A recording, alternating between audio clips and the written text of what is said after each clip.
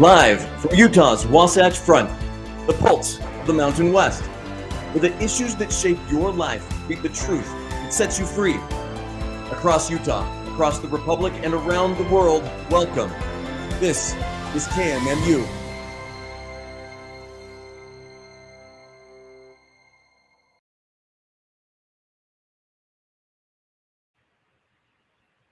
Hello, ladies and gentlemen, and welcome to Let's Talk Utah. I'm your host, Trent Christensen, and I'd like to introduce and welcome our guest, Sarah Dunmontes, to the program today. Sarah, how are you?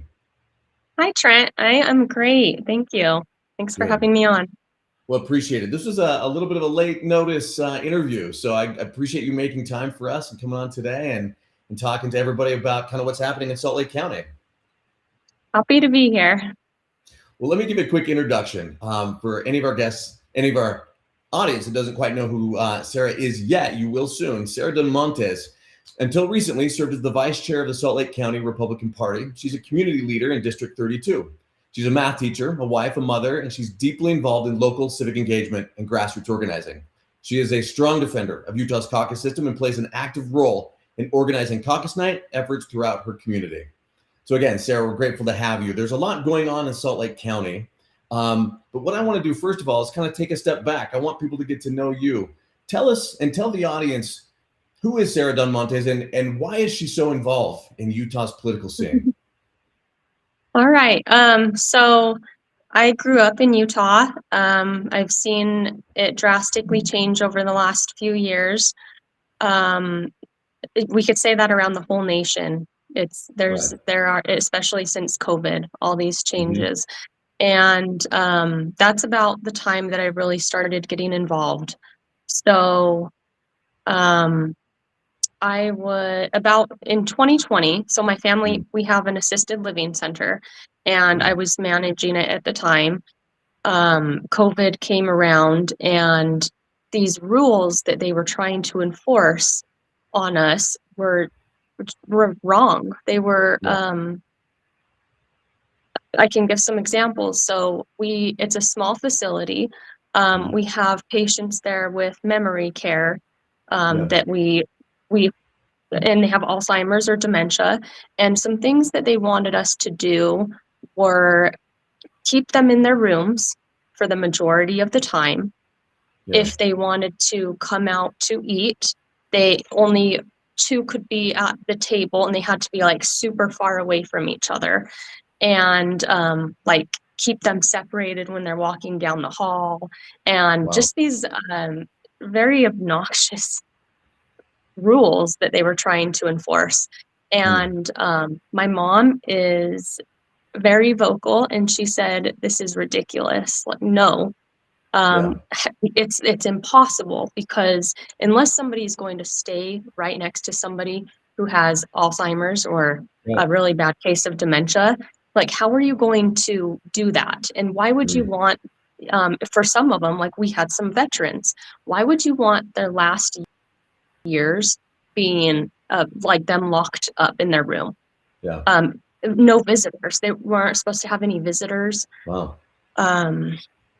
But yet there were social workers, doctors, nurses coming in that were just at other facilities where there's like these it's just spreading like wildfire. And so I think we used common sense. And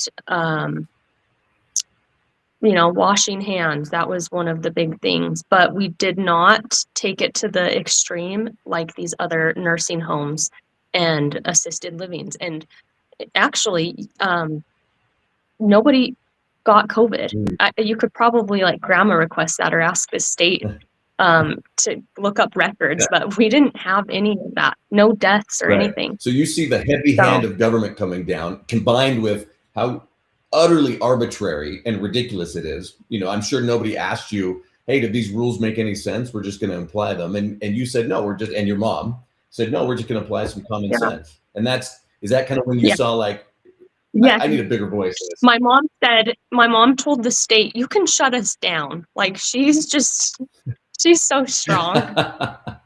All right. We need another. Okay, so she needs to run for office like you do. That's good. I don't know if that it's really her thing, but she does. She's a great advocate. Yeah, and that's what we need. She's who I go to. Right, right. Very cool. So then you got involved. Did you start running for office? Did you become a delegate? What was kind of the first step for you? So I was finishing up school actually, Mhm. so at Westminster as well, Interesting. Okay. a super liberal Nice. college. And um the rules there were crazy too. And we had to do like online Mhm. stuff, and it just felt like there was the quality of the education. It's not the same Right, as going in right. It's person. not what you paid for. And yeah, and then my last semester, there was this competition, and it was for the Randy Horiuchi Scholarship. Yeah. And so what Westminster does is they have one Republican and one Democrat Mhm. student who is chosen to have a paid internship at the state party. And so I was like, oh, this is kind of Yeah. cool. And I put my name in. I had to do like some, it was kind of like a job Yeah. application. Right. Right. And I actually won. Very nice. And so that's pretty cool because the whole point of the Randy Horiuchi Uh-huh. scholarship is that you could work across partisan Yeah. lines. Yeah. Just do whatever's best for the community Mhm. Mhm. to focus on like the reasoning and not do all the attacking stuff. And I I think I'm still guilty sometimes, but I always try to go back to that and say like that's who I want to be, is somebody that can articulate instead of attack. Yeah. Well, and I think that's I'm going to come up as we talk about recent developments in Salt Lake County. Your ability to say, no, we need to make sure everybody is heard. This isn't a Republican thing. It's not even a Democrat thing. It's not an anything thing. And we need to make sure that everyone's heard. So I'm Mhm. excited to get to that point. Little teaser as we move forward. So you had it was a paid internship to the Republican Party, to the state GOP. Yeah. Yep. And that's when they had their Very office cool. downtown. And Yeah. there weren't many employees, and so I just kind of had one of the rooms, and it was right across from the temple, so I got to see like the temple being built every day, and it was just fun to go into Very work. nice. Very nice. Very nice. And so from there, you said, that internship ends. Tell us how you then did you go and get, what was the next step after that for you? Okay, so I had we were so it was under Carson Jorgensen's leadership, and we were Yeah. trying to raise money for the convention. And so we had like an event at our headquarters, and we raised a few $1,000. And I was asked to speak, or I did like a small like welcome and just say who I am. Yeah. And I brought Mhm. up one of the classes that was on the school's schedule. Mhm. What is it called? Anyways, so it was like a pornography art class. And Interesting. did you hear about that? Did you ever hear Was about that at that art Westminster? class? Yes. Okay. I So didn't I hear about told that. I told like the representatives and Mm. Republicans that were there at our event, and they were just shocked. And then somebody asked me to speak for it was at one of the campaign events. Burgess was there, Mike Lee. It was in like American Fork. I think it was called America the Great. And Mhm. so I said what was going on in Westminster. And some concerns that I had were that some college students are not adults yet, like they could be 17. Yeah. So how are we doing this kind of class? Like it's just so provocative. Right. And anyways, Quincy, she was the college Republican. She she was really, really cool. She was a go-getter. She sent, she started doing like a petition to have that removed from the classes. And then we put it on social media, and then Candace Owens saw it and she reposted it. And so that kind of brought a lot of attention to Utah. So I would say those two, just all of that going on at the same time, COVID, and then like everything going on at Westminster and their teachings there, because they were doing this thing at the same time. Like even if you're going into a math class or want a math degree, they would the teachers had to teach DEI. So for me, mine was like on it was statistics and stuff, and how the algorithms work and how it's unfair. So anyways, all of that was just. It's interesting. I see sort of a pattern. Kind of, you talked about, the pandemic and your mother, speaking up, right, using her voice, saying this is ridiculous, we're not going to do it this way, and then you get this internship. You raise your voice, right? Hey, this is what's happening at Westminster. You keep using your voice. You put it on social media, right? And in the panel that we did and that you were a part of on Wake Up Utah, that was a reoccurring theme of, what do we do to fix these problems? And a lot of times the answer was use your voice. The people have the power. You have the power. And I think your experience in getting involved in this and becoming a voice in the county especially has just been because you've been willing to use your voice. Tell us, is that how you see it? Is that how people can best get involved? Yeah, for sure. I think there was like a period of time where people felt like their voices were just not heard. And so everything just kind of died down. They're like, well, they don't listen to us anyways. And so it almost seemed like for years, and this is before 2020, like people just stopped. And it could have been because of the SB 54 bill, where the people just did not feel like the representatives were listening to them. And so right now, I feel like that is going away, and there's a lot of momentum for the grassroots movement. Right. Well, I want to get into that. I mean, I know that there's been, let's call it upheaval in the county party for a little bit. And, walk us through. So when were you elected? Tell us when you were elected as vice chair of the county party. Okay. So I then went to the county party, and I was helping Chris Knoll. I think my title was office manager. It was just kind of like a coordinating job. Sure. And we were looking for candidates to run in the 2024 election. So didn't really see anybody in 32. It was going to be, I believe, the House district chair, but he just puts his name in there just so it's not empty. And so I talked to him and I decided, okay, I'm going to run. Chris Knoll was very supportive. And so that's when I stopped working and then started campaigning.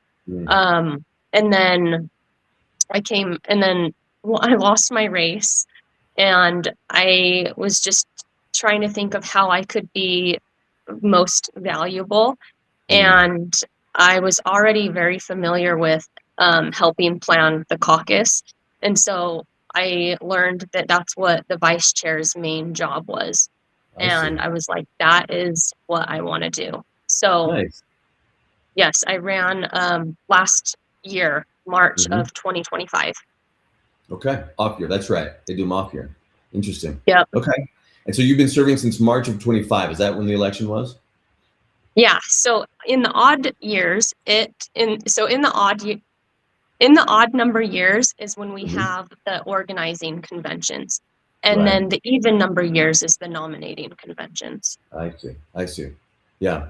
And before we get into kind of where your most recent interaction with the party, there were some events that happened in the party, in the county party, that I think shed light on kind of more recent events.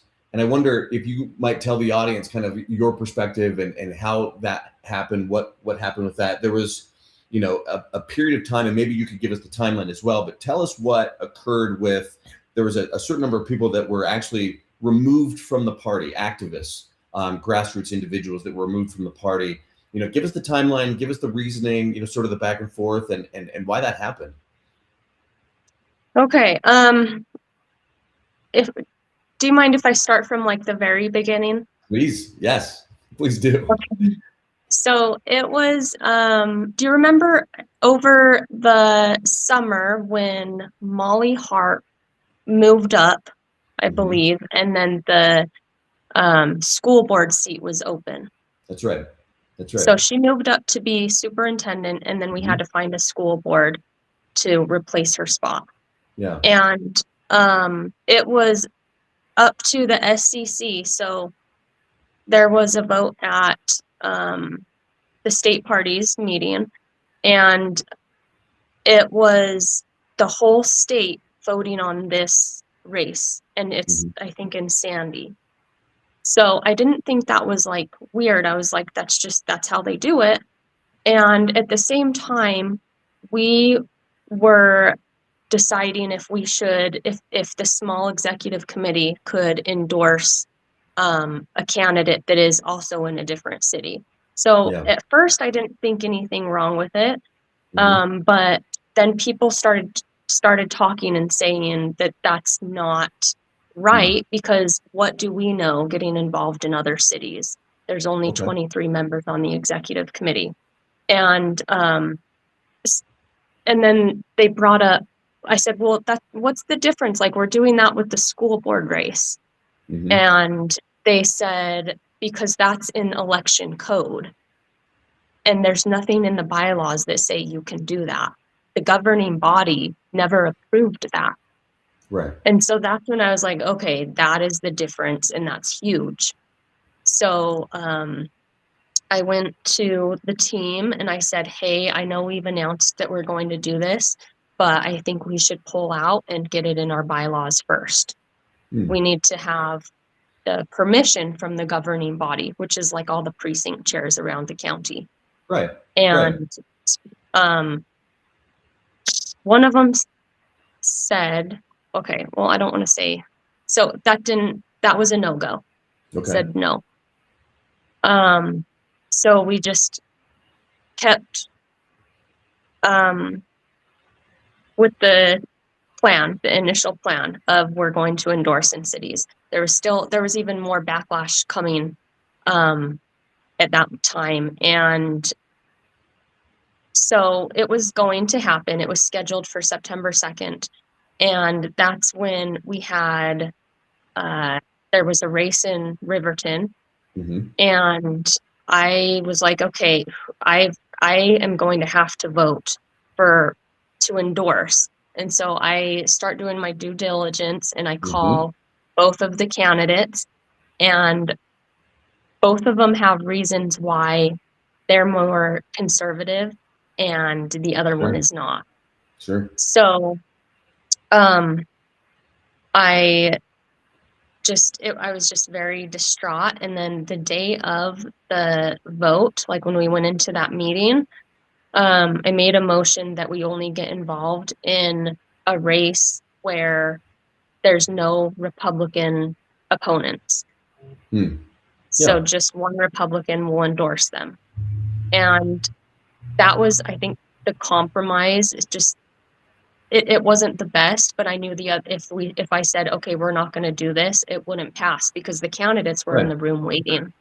So that was the compromise, and it's not, I was just not happy with it. Like I just felt like this is not the right thing to do. Precinct chairs were complaining in Sandy that we're doing this. There's just talk everywhere. It's putting people in a tough situation, right? You're saying pick between two conservatives. And even the state party has a policy where they don't endorse in primaries, right? But essentially they're asking you to do just that. Yeah. Well, it even but the final vote, it was just on endorsing where there's a Republican candidate against a different party or Exactly. unaffiliated. So that was Right. where we were at. And the one that we endorsed was Cindy Sharkey. Hmm. And then there were even more complaints coming in because I don't live in Sandy. I don't know much, but what I'm told is that she's not conservative and that we overstepped our authority by endorsing her. Right. And Okay. And then how did that influence, the departure of those 8 activists from the party? okay, so they sent a letter to the city prosecutors alleging election interference. And um, we heard back from them, and they said there's nothing there. They're not going to do anything. So my advice was, okay, just drop it. Like, let's move on. Right. But I was the only one who thought that was the best path. And when you say the only one, you mean and the only one within the executive team Yeah. of the county party? No, of the 4 party officers. Got it. And then it went to the executive committee, and then there were a few of us that just wanted to move past it, but the majority, they felt like removing these members was the best option. And when you say removing, tell us what that means. Removing these members from the central committee, from the party, from their leadership roles. So some were Senate district chairs, some were delegates, precinct chairs. One was, or maybe 2 were on the SCC. Okay. So that was kind of like, that was the goal, but then they had to go through the hearing and trial and everything. So I already knew that was what's going to happen. Like, when somebody in the executive committee says they are trying to throw us all in, you already know, okay, so the end goal is to like do something extreme. Yeah. And so then at that point, it went to an actual trial. And what did that look like? I mean, I'm assuming that's, some sort of function within the party where the party has essentially its own trial and brings evidence. Tell us how that works. Yeah. So one of them was through the ethics committee, and they are kind of like the courts, like the judges. They're a separate committee. They're not super involved with what's going in party politics. And they gave a report or a recommendation of what they recommended. So, and that was with Tracy Halverson, and they recommended censure. And And of those 8 members. Yeah. And so even though they of just Tracy. So even though they recommended a censure, the executive committee went way beyond that. And they have the authority to do that? They have the authority to move beyond the recommendation of the ethics committee. No, I believe they don't. And that's part of the argument, like our debate. That's where I think no, like that's what they decided, and it's the ethical way to go about it is to take their recommendation seriously. We didn't send it over there just for fun. Right. And what's the point of having it otherwise? Yeah. So and then there were problems. There were problems at that point, and let me make sure I understand. Your position is that at that point, once the ethical recommendation was made, once the recommendation was made from the ethics committee, that's what should have been followed by the executive team. The executive team went beyond their authority to enact a more drastic punishment. Yeah. Okay. And how did that come down? Was that deliberated? Was it just immediate? How did that work? Yeah, there was a lot of debate, and one of the reasons why I say that she received no due process is and that there's procedural errors is because in the bylaws under under ethics committee, it says the committee must seek testimony, but they never did that with her. They and never that's sought like the any key testimony from part. Tracy. Yeah. Yes. Wow. So throughout the entire course of the trial, no testimony. Was it closed door? Was it open to the public? How does that work? So that was, yes, it was. There was some debate before it went into closed session, but then once it was in closed session, executive session. Once it's in executive session, then everybody has to leave if they're not in the executive committee. Right. And it was after that. Please continue. So, sorry. So that one's hers. That's how hers is different from the other 7. The other 7, I think they realized that there was a problem with the ethics committee way. And so they thought it would be better to do the Roberts Rules trial. And so the other 7 were tried with the Roberts Rules. Kind of in a parliamentary procedure setting. Yeah. And who presided over that session? That was Mike, the chair, and then the parliamentarian. I see. And so after so the chair has said in public and on social media that they are trying to have him arrested, and he's already like swayed the opinion of the public and the executive committee. So I think there was a conflict of interest with him being chair. And then also he paid personally the parliamentarian to be there that night. And so I think that was also a conflict. Certainly. Interesting. So far we've got, at least in Tracy's case, they were acting beyond their authority. They didn't listen to the ethics committee, really. We have procedural missteps. We have conflicts of interest with the other 7. So there's issues here with how these 8 individuals total were removed from the party. And that was that the final? Tell us how it ended up finally. So I left because I said this is a sham trial.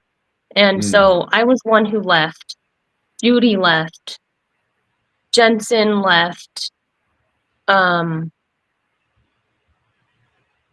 then it got really late, like into the middle of the night. And so Dawn Can and Charity Hare left. And and then Laurel was on trial first, I believe. And she was with Natalie Clausen, her lawyer. And she said, I don't know. I don't care. I know how you guys are going to vote. She left the premises. Then the committee started their deliberations. But as soon as she left the premises, court stopped. But their argument is that she was waiting. She said basically that she was still present because they had her step out anyway while they did the vote, that there was a quorum.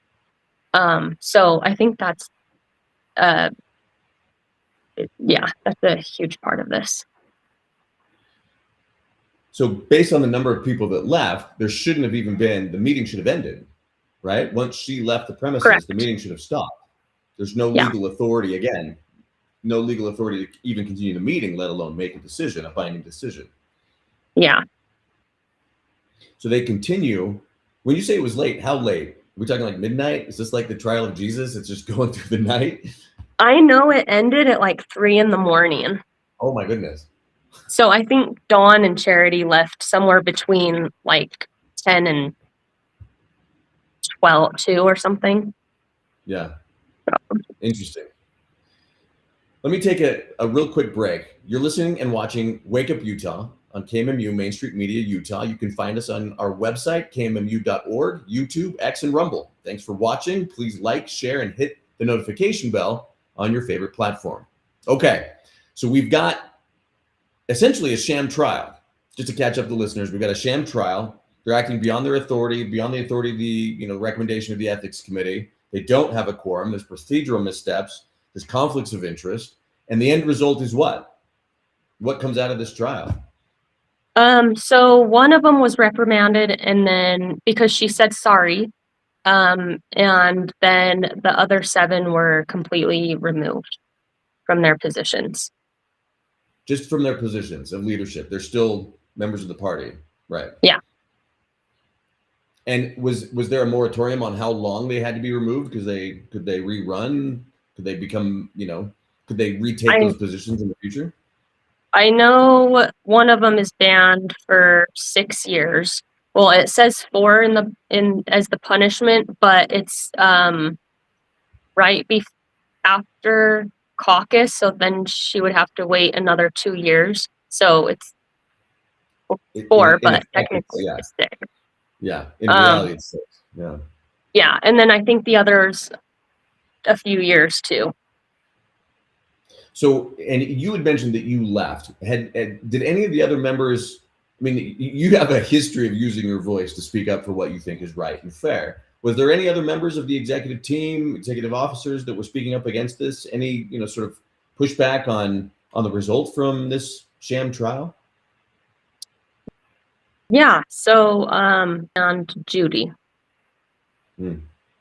Yeah, they were very vocal. And the bylaws committee, if you want to include them. Right. And in vocal, I know this got a lot of discussion among grassroots activists. Was this ever in the press? Did anybody pick that up? And when you say vocal, was that social media? Were they vocal in meetings?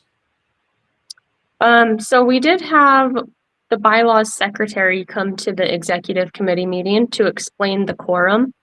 And because he was, he made a few calls to local parliamentarians and then also the national. And so he came and said, yeah, there's no quorum. But the executive committee just laughed.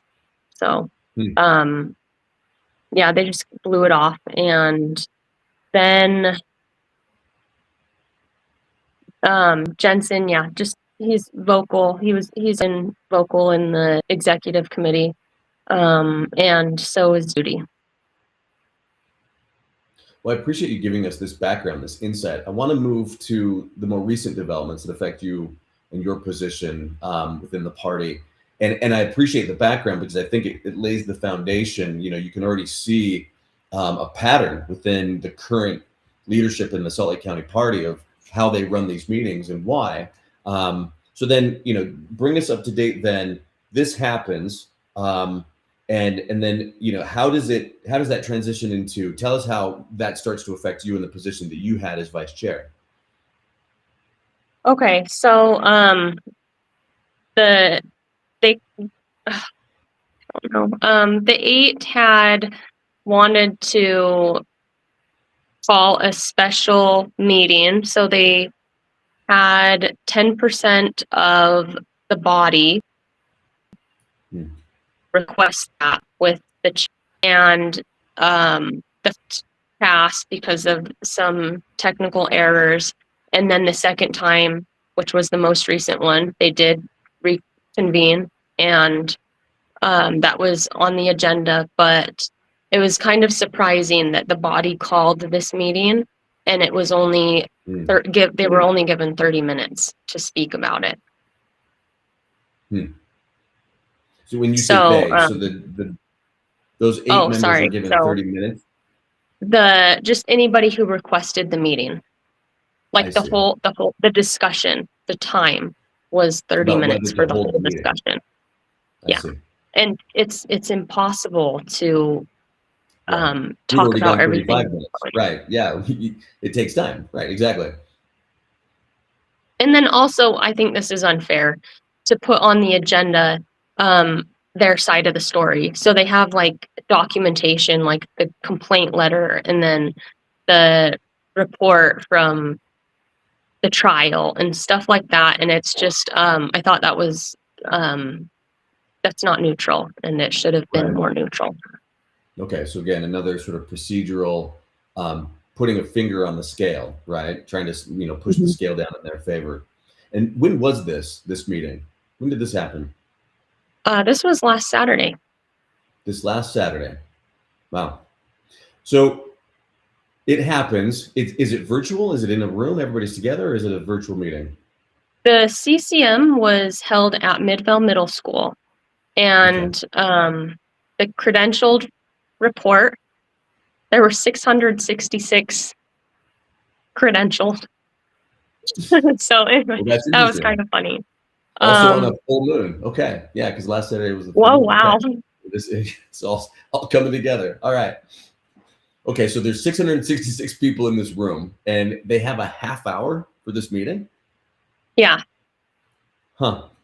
So then how were you involved? What was it in your involvement that sort of sparked the current situation? So it was just being presented as one side, and so I went to go and to the microphone and try to share the other side. So like give them a voice. I just thought that was the fair thing to do.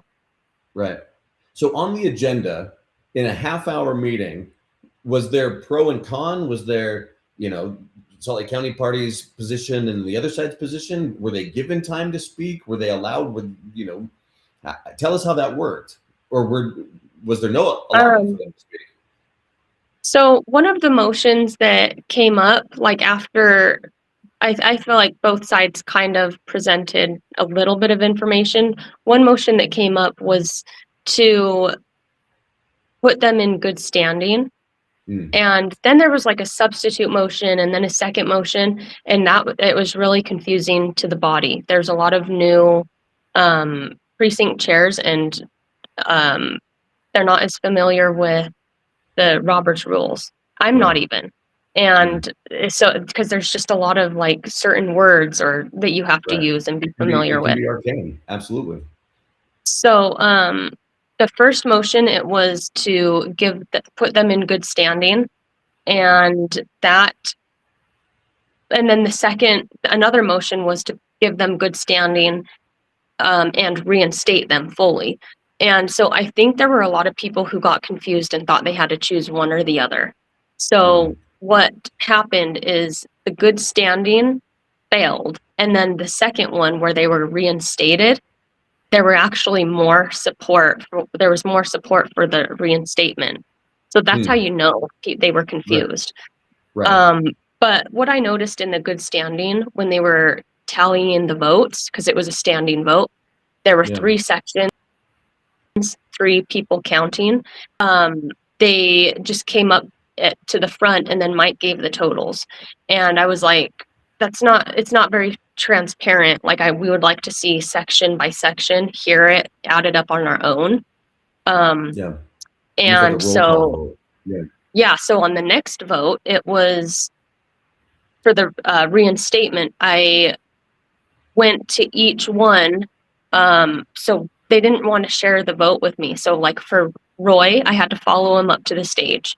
For Tiffany, I met her in the back of the room. This is funny. When I got as she turned around and looked at me after counting her votes, Hmm. she said, I looked at her like waiting, and she said, I forgot.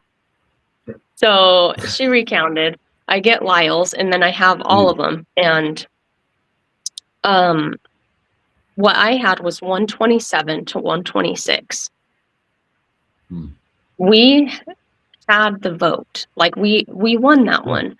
But somebody Right. changed their vote, and then it became a tie.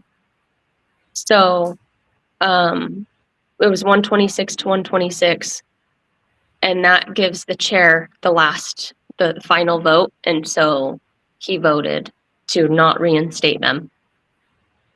Hmm. So And so, yeah, I think that's so interesting, because it was like, so out of the leadership, it was just me with basically half the body.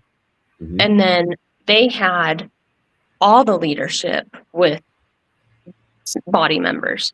And I think the right thing to do would just be, okay, let's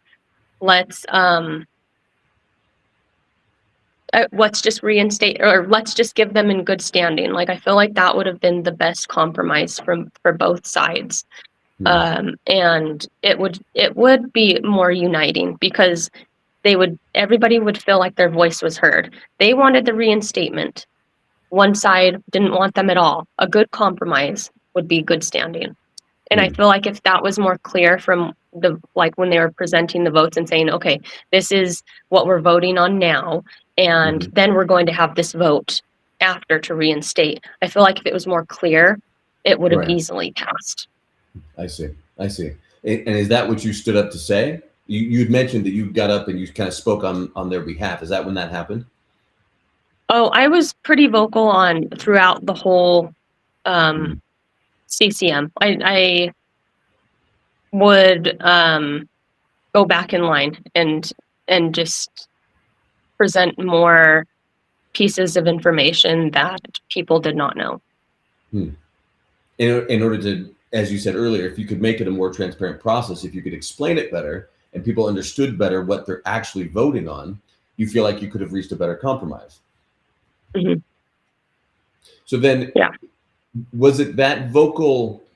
What was it about your participation that sort of was the catalyst for, sort of the recent events that affect you and your vice chairmanship? So I was told that I vacated the seat on Saturday, and a part of the bylaws of why I was being removed is because I'm incapable or unwilling to do the work. That's why I was removed. So I got to be honest, I'm confused. So it sounds like you came in and advocated, because as on being the party, you're also a member of the party, right? So you would get an opportunity, just like any other member of the party would, to come up and speak your opinion. Am I understanding that wrong? No, that's what I think too.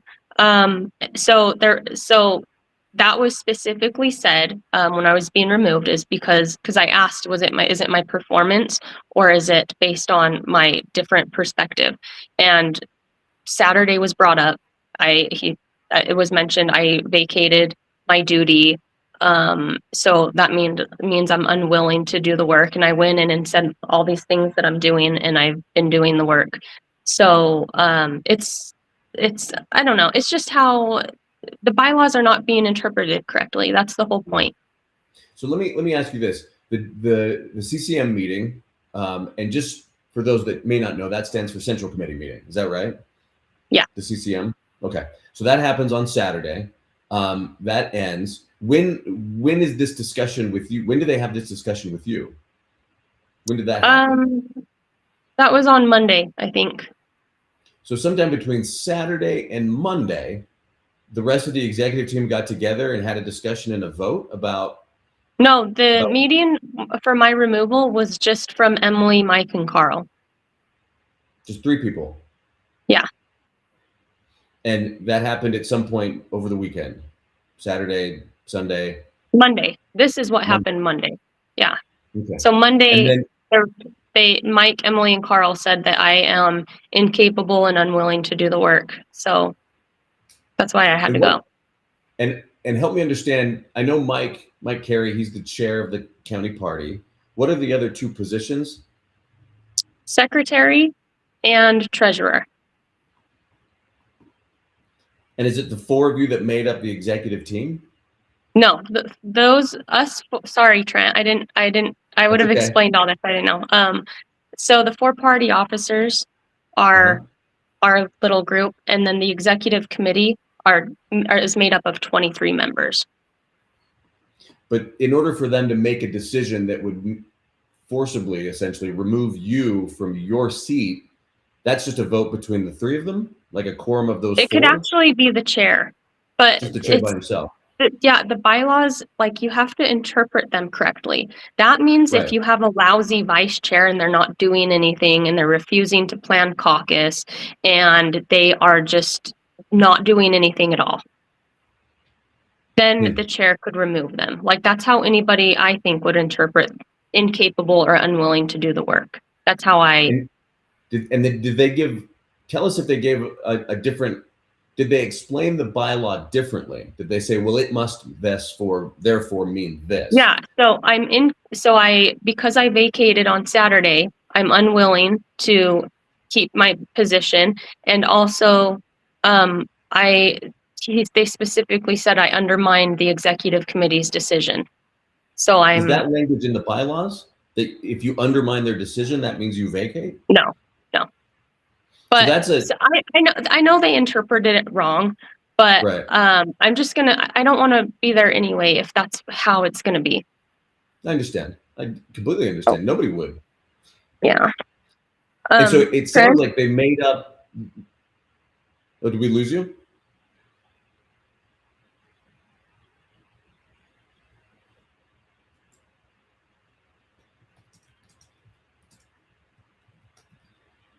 It looks like we may have lost the feed with Sarah.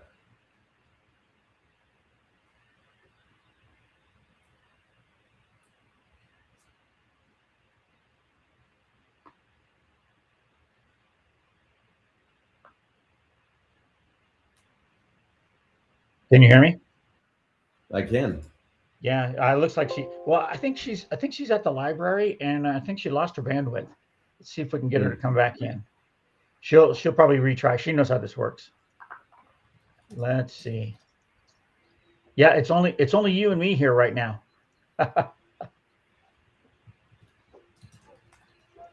Let's do this.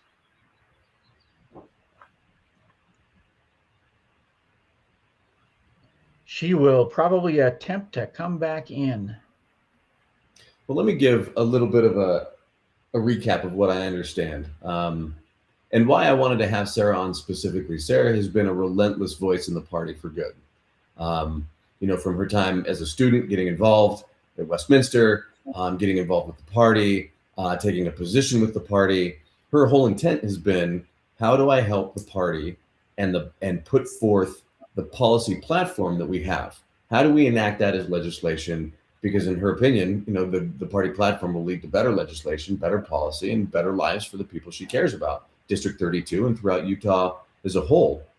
It sounds like what we have in Salt Lake County right now is a party leadership that's more concerned with their ability to control what happens in the county than with putting forward good policy. As part of this program, I'll be personally reaching out to Chairman Mike Carey and asking for his opinion, giving him the same opportunity to come on and talk about his side of things. But it sounds like we've had two glaring examples so far of mismanagement within the party, of not following the bylaws, of purposely circumventing the bylaws, procedural missteps, acting beyond authority, conflicts of interest that need to be addressed. Especially when there's a lack of a quorum and party business goes on anyway. And then in Sarah's case, to completely make up a standard that does not exist within the bylaws already and shoehorn that in some attempt to make it so that she vacates her position. What they're trying to do is get rid of any voice that would threaten the ability of the chair or whoever's making policy decisions for the party to do whatever they want. Sarah was a member of our Wake Up Utah panel, and on that we talked about who really runs Utah. And what that answer is supposed to be is we're a republic, meaning that the people elect representatives to give them a voice. And we did that in the county when we elected Mike Carey. And, the state, through various machinations, whether that's Proposition 4, the failed attempt to repeal Proposition 4, whether that's through SB 54, whether that's through mail-in ballots, whether that's through fraudulent counting of mail-in ballots, has taken that power away from the people. And Sarah's example is just one in a long string of incidents in which the power has been taken from the people and given to those in charge to act beyond their authority. And so I thought it was important to have Sarah on and let her give her side. I also think it's important that the secretary, the treasurer, and the chairman, Mike Carey, also have a chance to give their side if that's appropriate. I think there's next steps that need to happen in the party. I think there's answers that need to be given. Why is this happening? But it's just simply a microcosm of the larger problem we're seeing in the state, is that there are those that get put into authority, act beyond their authority, and then try to consolidate power so that they're never taken out of authority and their voice is never questioned.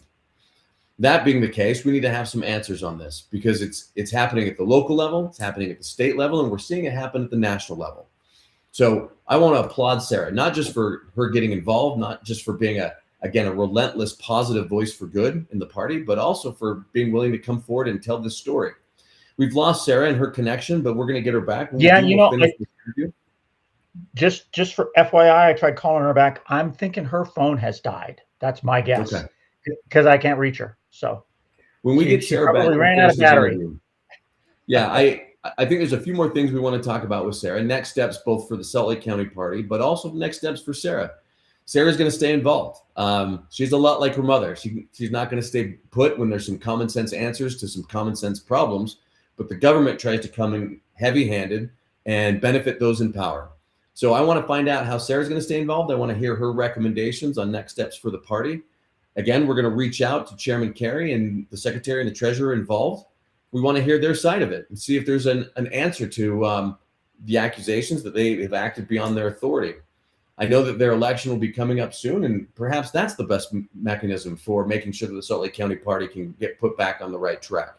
But until then, I want to say thank you to Sarah. I want to say thank you to my producer, Dwayne, partner, Doug. We're going to do this. We're going to keep this conversation going. We're going to be talking about the issues that face Utah and how we can come together, give those without a voice the voice that they need, and fix the state and its problems.